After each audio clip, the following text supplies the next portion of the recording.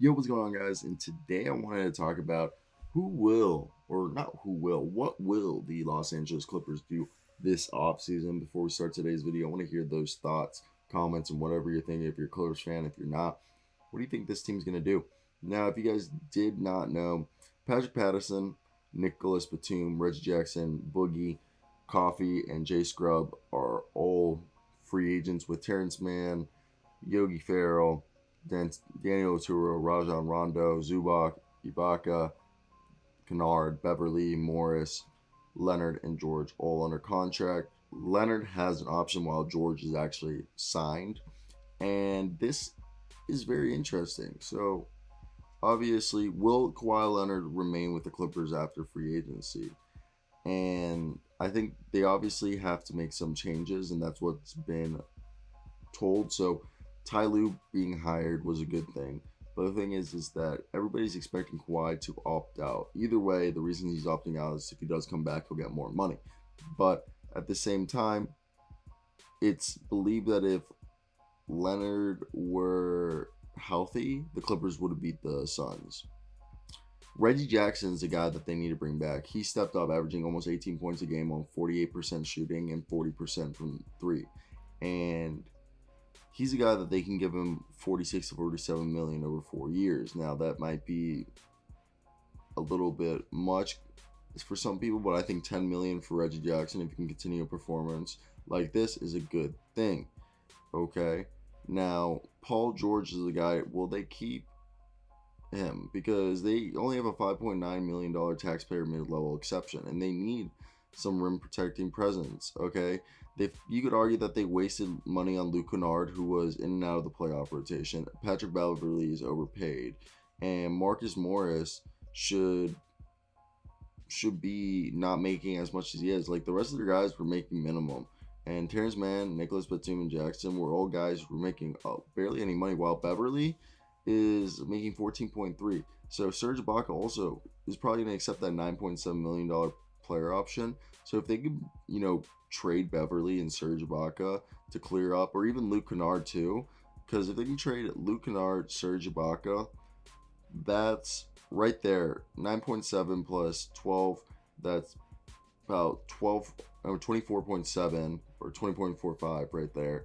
And then 30, they could clear up almost to 39 million, $38 million if they trade all those contracts, which ideally would be there. And then if they trade Morris, they'll open up almost $50 million, over $50 million in contract space, which will let them to go off in free agency. Because if they can bring back Batum and another guy who's going to be a free agent this year is Reggie Jackson, like I said, would be interesting. And you could even argue bringing back Boogie, who averaged 13 points per game in his final three playoff games. So extending Mann's another one, but I think Terrence Mann being extended would be the most ideal thing for them because his contract, he does have 2 more years with an option, but he is, try to get him cheap now. Batum and Jackson would be great to come back on bargain deals. And when you look at this team, what do they need to prioritize? I think obviously re-signing Kawhi Leonard is the most important thing. He's probably going to sign like a $39 million deal, like another 1-and-1. And the only teams that could get him, it seems like, are Dallas and New York. The Clippers would likely lose him without getting anything back if he were to walk to either Dallas or the Clippers. And Leonard could ask for a trade to a team of his preference, like Chris Paul did so with the Clippers in 2017 when he was set to become a free agent, but instead exercised his player option, and the Clippers agreed to trade him to Houston. If Leonard wanted to leave and opted in a trade scenario, it would be more plausible for him to move on since he has more teams to choose it from. But it seems like the two teams that he has to choose from are the Mavericks or the Knicks, or that are going to have the cap space. Now, like I said, they need to re-sign Batum. Batum's given that 5.9 minimum exception. I think they have their mid-level exception is what they're gonna have to offer him, which is 5.9 million, and then give 10 to Reggie.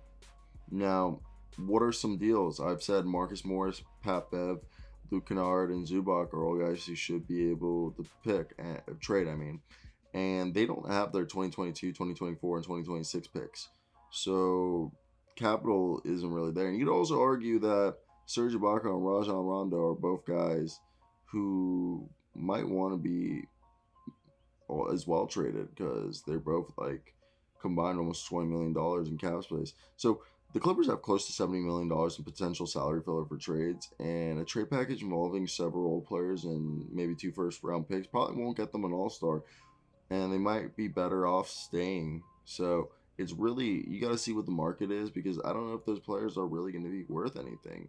And we obviously know that the extension of Terrence Mann should be a thing, but look, the Clippers are about to pay a massive luxury tax, and I think what they need to realize is that they should only pay this $40 million luxury tax payment if Kawhi is on the roster. If Kawhi leaves, blow it up. Either way, I don't even think Paul George should be there. I think Paul George is a waste of time, a player that does not make your team better. And you sit here and you stay pat, like, look, what are they still doing that's not getting them to the top? When I look at this, Paul George, obviously CJ McCollum's not better, but you're telling me you don't think you can offer a deal to the Bulls? Maybe, obviously, you got to make the salary work and the picks, but Paul George, and you could throw on Luke Kennard. Like, if I were to go to NBA Trade Machine just to mess around with this idea, we'll throw on as many with the Bulls. This is the only team that I could think of that has a player that is about the same caliber and has potential to be better than Paul George. So Paul George for Zach LaVine. Obviously, Zach LaVine's making 19, okay? And you could argue that they might have to throw on, like, Stanowski and Alfred Camino, which I don't think they have a problem with because they want to get rid of Alfred Camino.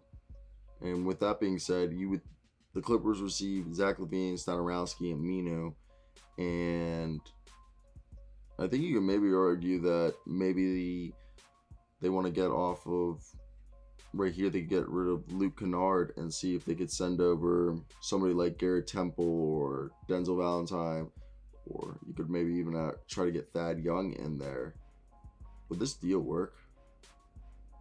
The Clippers need to cut $10 million in salary to make this deal work.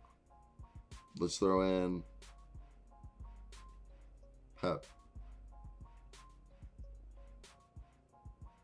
The Bulls need. I'm trying to make this deal work, and it's like a lot harder than I ever supposed. This deal has gone way out. Okay, this deal will never happen now because of how outrageous I've made it. Okay, I thought this was gonna be so much easier. Just straight, I need somebody with making like 800,000. Basically, this deal off like $500,000 off of Paul George, Pat Beverly, Luke Kennard, Daddy Churro for Zach LaVine, Thaddeus Young, Stanowski, Alfred Camino, and Troy Brown Jr. Obviously, picks would be involved, but that deal would never happen, guys. That was just me messing around. Let me hear your thoughts down below. The Clippers got to deal out this offseason.